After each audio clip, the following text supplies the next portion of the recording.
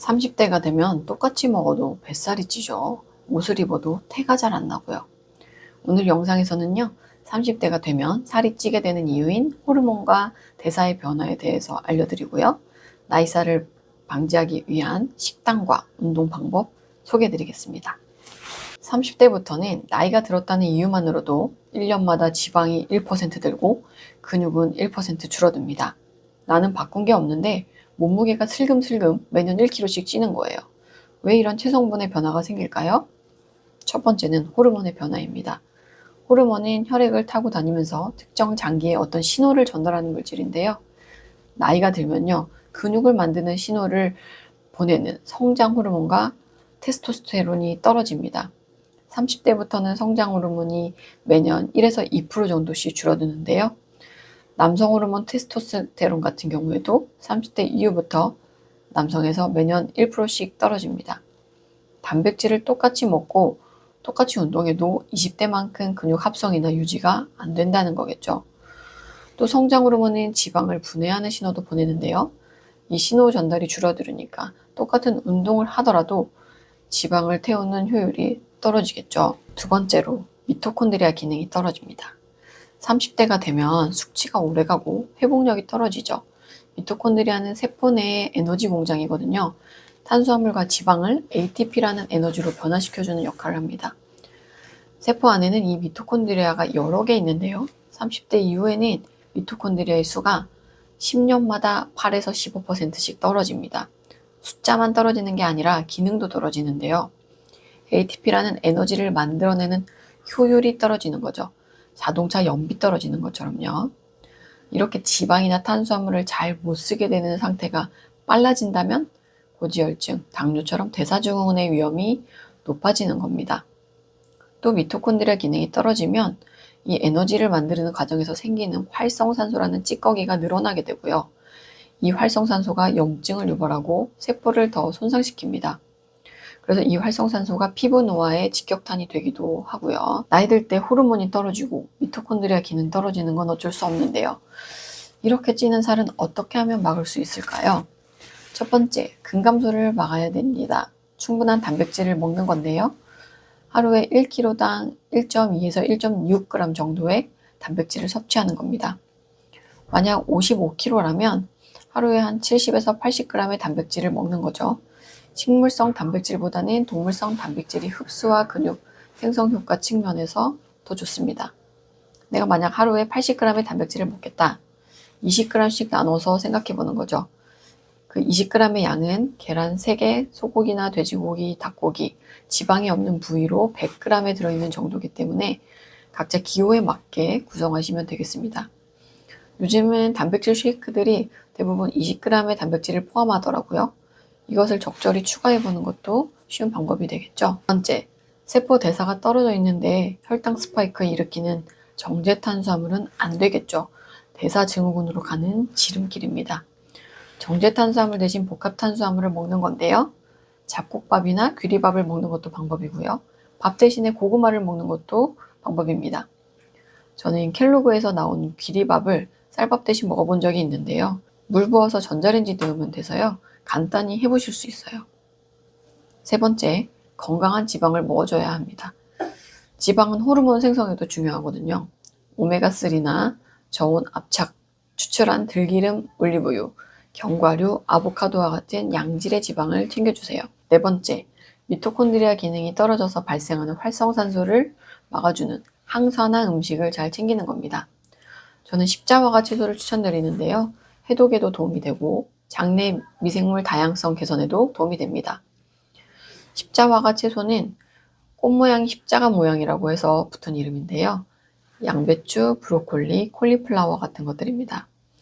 이거를 매번 챙기기가 힘들다면 닥터 라이블리 스무디를 참고해서 스무디로 만들어 놓고 소량씩 챙겨 먹는 것도 쉬워요. 제가 직접 만들어서 한 달 정도 먹었는데 그때 피부가 굉장히 좋았습니다. 다섯 번째, 운동에 대한 팁입니다. 근육을 지키기 위한 근력 운동, 미토콘드리아 대사 기능을 지키기 위한 유산소 운동과 고강도 인터벌 운동을 골고루 챙겨주면 좋은데요. 헬스장에 가서 스케줄 짜고 제대로 하면 제일 좋지만 그렇게 하기 어렵죠. 그래서 근력 운동은 스쿼트나 플랭크, 데드리프트 같은 거를 틈날 때마다 습관처럼 하면 좋고요. 유산소 운동은 빠르게 걷기를 숨이 차지만 말은 할 수 있을 정도의 강도, 이 정도 강도로 30분 이상 하면 미토콘드리아 기능에 도움이 됩니다. 또 일주일에 한두 번의 고강도 인터벌 트레이닝을 넣어주면 좋은데요. 30초 전력 질주하고 1분 휴식의 형태로 한 5번 정도 반복하는 겁니다. 저는 일주일에 3일 정도 점심시간에 병원 옆에 산책로에 가서 빠르게 걷는 것과 전력 질주를 조금씩 섞어서 해주고 있습니다. 근데 어떤 분들은 30대가 되면서 슬금슬금 찌는 게 아니라 5에서 10kg씩 순식간에 확 찌는 경우가 있죠. 이런 분들을 보면 열심히 사는데 힘든 분들이 많아요. 착해서 할 일은 다 하고 싸우기 싫으니까 그냥 손해보는 사람들, 나보다 가족이 먼저인 분들 있잖아요. 이렇게 살다 보면 스트레스가 있는지도 모르는데 만성화됩니다. 이런 경우에 다른 호르몬이 문제를 일으키죠. 바로 스트레스 호르몬인 코티졸이 높아지는 겁니다. 코티졸은 그 자체로도 혈당을 올리거든요. 제 입원 환자 중에 당뇨가 있었던 분이었는데 저녁 식후에 갑자기 혈당이 300이 넘는 거예요. 간식도 안 먹었는데, 병원밥 먹었는데. 알고 보니 아들과 통화를 하고 나서 스트레스를 받아서 그렇게 올랐던 거더라고요. 혈당이 그렇게 오르면 당연히 인슐린도 올라가는 거죠. 이렇게 스트레스, 코티졸, 인슐린, 혈당 또 떨어지고 단계 땡기고 혈당 스파이크 생기고 다시 인슐린이 증가되는 어떤 알고리즘이 만들어집니다. 이렇게 인슐린이 높아지면 지방을 계속 저장하게 돼서 뱃살이 그냥 찌는 거고요. 만성적으로 코티졸과 인슐린이 높은 상태가 지속되면 인슐린 저항성이 생깁니다. 세포가 인슐린에 반응을 안 하는 상태인 거죠. 그러면 인슐린이 높아져도 혈당이 안 내려가고 이렇게 되면 당뇨 전 단계가 되고 당뇨가 되는 겁니다. 거기다가 스트레스로 불면증이 생기거나 과로로 잠을 줄였다? 코티졸은 더 올라가고 성장 호르몬은 더 떨어지고 포만감 호르몬은 떨어지고 식욕 호르몬은 또 높아져요. 식욕 조절이 안 되는 거예요. 살이 찔 수밖에 없겠죠. 거기다가 GLP-1이라는 식욕 조절 호르몬도 떨어지는데요. 요즘 핫한 비만 치료제 위고비 주사, 그게 이 GLP-1 효과를 내는 거거든요. 만약 위고비를 60만 원 주고 맞았는데 잠을 4시간만 잔다? 이거는 밑 빠진 독에 물 붓는 거 아닐까요? 정리하면요. 30대부터는 호르몬의 변화와 미토콘드리아 기능이 떨어지면서 살이 더 찌기가 쉽습니다. 여기다가 만성 스트레스가 더해지면 살찌는 속도가 빨라지면서 갑자기 확 찌는 거죠. 특히 30대의 스트레스는 20대의 스트레스와 결이 다르지 않나요? 20대에는 뭔가 변할 수 있다는 희망도 있고 또 자기만의 취미생활로 스트레스를 좀 풀 수가 있어요. 30대쯤 되면은 이대로 평생 살아야 되나 하는 답답함이 생깁니다. 또 애도 생기고 부모님은 조금씩 아파요. 이런 상황에서 내가 뭐 스트레스 푼다고 취미생활을 하기는 어렵죠. 그래서 우리가 넷플릭스와 치맥을 못 끊는 겁니다. 이건 제 경험이기도 한데요. 저는 신경과 전문의, 또 연세대 의학 박사였어요. 그렇게 열심히 사는데도 불행했습니다. 나는 교수가 돼야 되는데 하면서 인정욕구에 찌들어가지고요. 제 몸을 돌볼 줄 몰랐어요. 위에 시니어 교수님한테 치이고 나면요. 집에 올 때 마카롱을 10개씩 사들고 왔어요. 저녁밥 먹을 때 맥주는 필수였고요. 그게 누적되면서 나타낸 첫 번째 증상이 비만이었던 겁니다. 30대에는 비만이잖아요. 그냥 놔두면 40대에는 당뇨, 고혈압, 고지혈증 되는 겁니다. 다행히도 저는 교수가 되려는 목표를 그만뒀고요. 살도 빼고 제 건강도 챙기게 됐습니다.